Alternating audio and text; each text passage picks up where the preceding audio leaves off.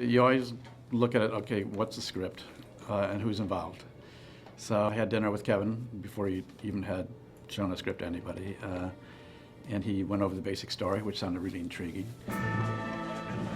You know, David and Courtney and Nev were preparing to come on board. So when we kind of all heard that we were all willing to do it if the other ones were doing it, that was a big part of it. You know, good story, central cast, and then, you know, people like Marco Beltrami, our composer of all the Screams, immediately called up and says, I want to do the score. And Peter Deming was available, our DP of all the Screams. So it's like, you know, the team was in place and ready, even though many of us hadn't seen each other for years. So it was a great feeling of let's get back together and go on the road again. No pun intended, but any Scream in a Scream movie is an iconic moment. Yeah, that's what it is for me. That's what makes the franchise for me. The screeching and the horror.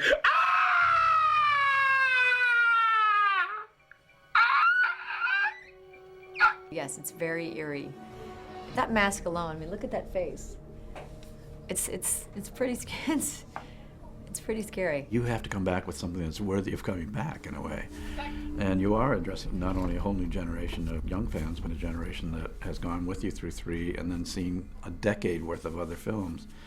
So you have to be as good as or better than all those films. Ready and action. There's just a tremendous analysis of the last 10 years of horror. One of the opening scenes are talking about torture porn and, you know, the way the internet and film have merged. A fucking Facebook killer? You're kidding me, right? I guess now it would be Twitter. What kind of generations have been sort of engendered by films of that sort? It really intellectually, artistically, and sort of scarily, interestingly woven together in a way that's fresh and new. The whole self-aware meta shit. You know, these films are not only great horror in the sense that they're very scary, but they're also very witty. You know, they're self-referential, and they also take a look at the time, you know, whatever generation that is, whatever decade we're in. And, you know, so in these films, we take a look at like, technology and how things have changed in that sense. But in a way also it's an interesting treat for the audience to kind of, you know, Wes is on Twitter and he's tweeting about things that we're shooting and David's, you know, tweeting photos from set, and it's kind of a cool way to keep everybody involved in the process. Oh my God, Dewey. What hit me? Don't ask. Working with Courtney, David, Nev, it's, you know, it's a very relaxed kind of family feel. Just look back. And I think I know how to bring out the best in them, and they know how to bring out the best in me in a way, and the characters are known and they're rich. It's a pleasure. If there's been another murder in Woodsboro, obviously, what? That is not public information. It is all over the internet, Dewey. It is? Yes, the whole world knows about it before me. You know, David and Courtney and I knew it was coming. David and Courtney and I have been friends for and keep that. Have been friends for 13, 14 years now. And so to know them personally and then to work with them professionally so many years later was a great deal of fun for me. Courtney and David feel like family now. You know, it's been so long that we've been making these films and we've had so many experiences together that they do feel like family. So it's lovely to get back together with them. And they're hilarious and they're really good in these roles. And they know their roles really well. And, you know, Gail and the Dewey characters are favorites, obviously, in these films. Yeah, it's fun to relive them, to bring these characters back to life together. To see Sydney again. Aw, Sydney. So much trouble for Sydney. By the way, have you seen the Grim Reaper? Angel of Death? What are you talking about?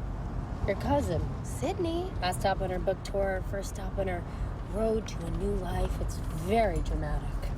She's the reason why I love horror movies. It's a great cast. The younger cast is really good, and really, I think, the people that they've cast, and it just shows that they have their finger on the pulse of the younger generation and what's going on with them and what they might want. They remind me a lot of, you know, us in the first Scream. And there's a similar electricity from Scream 1 and Scream 4. Jump. I like Sydney. Emma was just a pleasure from the get-go. I mean, casting for that particular role, you know, she's Sid's cousin, and she has a big role, and you need somebody that kind of had that fortitude and beauty of Nev, that you could believe there was a real genetic tie between the two. Roll sound. they work together really beautifully. There are a couple very subtle scenes between the two that are just really beautifully done, full of nuance, and it's just really two very mature actresses. Saved my life last night. I mean, I know we're family, but you hardly know me. Makes me wonder, if I'd have been brave enough to do the same thing. Emma's obviously quite young, but she's got the soul of a mature woman that's been on the planet for a long time. So the two can meet each other at the same level, which is pretty remarkable. I remember I was actually driving to the audition for this, and I was like, I'm kind of nervous. Like, I don't think I want to go. And I literally almost didn't go, and then I was like, no, I have to do it. I mean, I'm just gonna do it and do my thing, and hopefully I'll get it. And I found out I got it, and I literally screamed. It sounds stupid, but I was on the phone with my manager, and I was like, ah, and screaming because I was so excited. Hey, Malka. Okay, it's the one. I feel it. Ready in action. Get away from the door, Charlie. Kirby, let me in. Get away from the door, Charlie. Kirby, please, it is me. I'm sorry. I can't. Hayden is a real powerhouse. Somebody who's worked since she's been a child. Tremendous technical ability. Oh, we're cutting there. I was like, wait, we're missing someone. She's able to bring enormous emotionality to something very quickly.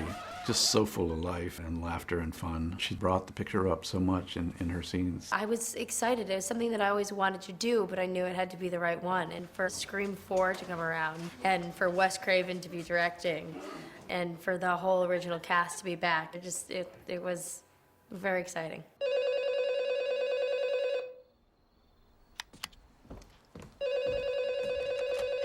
Hello? Who is this? The more impatient version of the person you just spoke to. I'm sorry. You don't have to be a bitch about it. Roger Jackson. I asked Roger, I said, are you on the internet? Are you known, as the voice? He said, not really. I kind of put in my contracts with people that they don't see my face. There's like this guy who always goes to the set, who's calling, who's actually there on the phone. It's very creepy. And we've never seen him within 15 years. It's crazy. There, you see, you do know the genre. I mean, Roger can do like Daffy Duck stuff. He can do all sorts of silly things, which he does between takes. But he is the voice of Scream, and I think without him, Scream would not be Scream. He is very gentle, educated, lives a normal life, but is able to take the persona into evil very easily without being threatened by it, and give it immense power and range. And his voice is just an amazing instrument. Roger? Tell Sydney heads are gonna roll tonight. Tell Sydney it's all because of her. Or maybe she wants to take his place. I promise to be quick. And it's always funny for me to sit in a recording studio and watch this guy who, except for his fangs and shaggy hair and the hump on his back, he looks pretty normal. But boy, what comes out of his voice box is pretty scary. Ready, Wes? Yes. And Yeah, I think you can come to, and then towards the end, sort of Flutter off. go out. Yeah.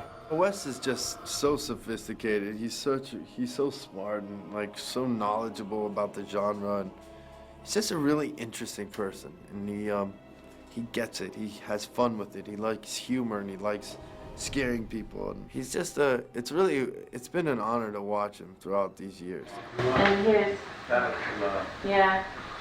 not bad. Well, I remember when I first met him, I thought he was going to be really twisted, that he must be really twisted in some way if he spends his life making these kinds of films, that he actually just sort of comes across as this little, somewhat, not sheepish, but shy professor and intelligent, just professor type. But he obviously has a twisted mind deep down, and a great sense of humor. I'll say, Wes, now what do you think, how would I react if someone came up to me and with a knife and they stabbed me? He's like, well, Courtney, it's never happened to me. Okay, well, what about the 80 movies that you made? How did it go with those people? See? And cutting. These things are not easy. So you need to be surrounded by people who, know you and are tough and are dedicated to getting your vision done the way you want it done. And these people are all like that. And I think there's just immense amount of respect that goes back and forth between all of us. I mean, I know what all of their jobs are. I absolutely respect everything everybody does. And I think they all respect me and want me to get the picture I want. So it's just a group of people really tightly bound by time and history together and skill sets that we can all do our best work together. And that's a great thing. You don't get this experience that often in this business, that you're working with people that you've worked with for 16 straight years. You know, it's something special. We have you sort of in our sights, and we both want to just thank you from our hearts and souls.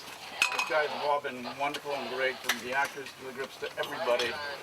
It's such a pleasure. Such a pleasure. Thank you for helping us get through this. Here's the ghost face.